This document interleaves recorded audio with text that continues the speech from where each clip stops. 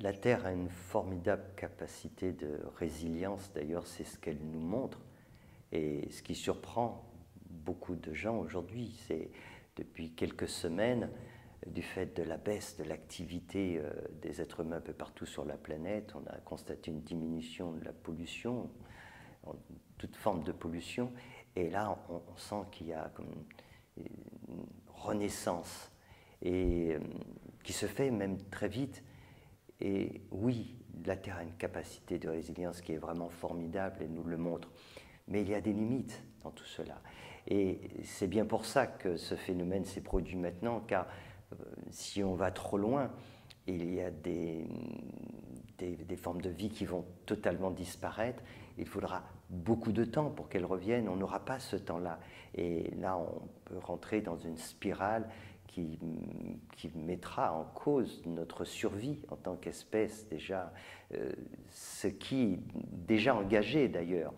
Donc, nous devons bien comprendre qu'il nous faut faire, appelons ça des efforts, ça ne devrait pas être des efforts, mais c'est de revenir à un fonctionnement normal, voilà, où on sort de cette hyper-exploitation pour vivre en harmonie avec la Terre afin qu'elle puisse se régénérer et que nous participions aussi à cela. On ne doit pas simplement être des prédateurs, profiter et exploiter tout ce que la Terre peut nous donner, les autres formes de vie, mais que nous apportons aussi notre contribution à la vie.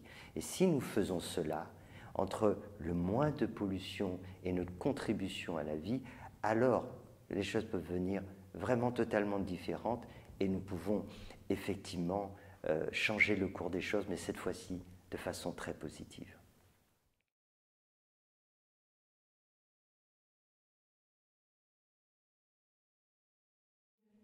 Alors, il y a la perception que j'en ai, c'est un peu, on peut faire le parallèle avec le corps humain.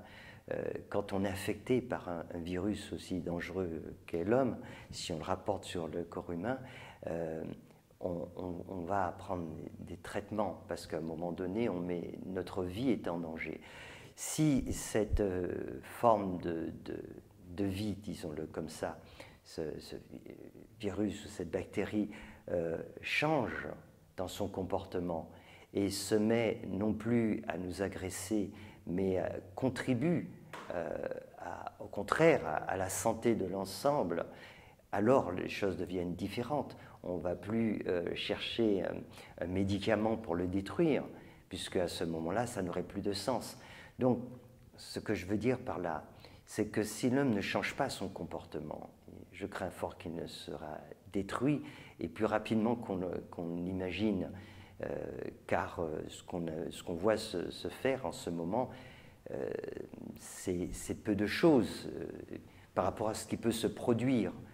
On imagine une nouvelle pandémie avec un virus encore beaucoup plus mortel, et c'est la moitié, voire les 2/3 de l'humanité qui va disparaître, sans compter le reste, parce que ça créera une multitude de problèmes, donc des guerres qui vont faire que les gens vont s'entretuer, c'est ce qui commence à se faire, et on risque vraiment d'arriver à notre propre destruction, jusqu'au moment où peut-être il restera un petit noyau de personnes qui vont vraiment changer leur attitude et qui vont à ce moment-là participer à la vie, qui vont devenir non plus un problème pour la Terre, mais au contraire vont contribuer à sa régénération, à sa renaissance, et qui vont aussi respecter les autres formes de vie.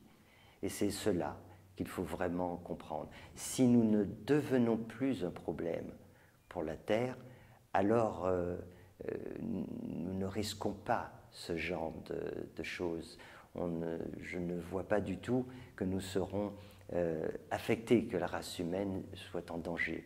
Mais si nous ne changeons pas notre comportement, alors je crains que les choses s'empirent largement.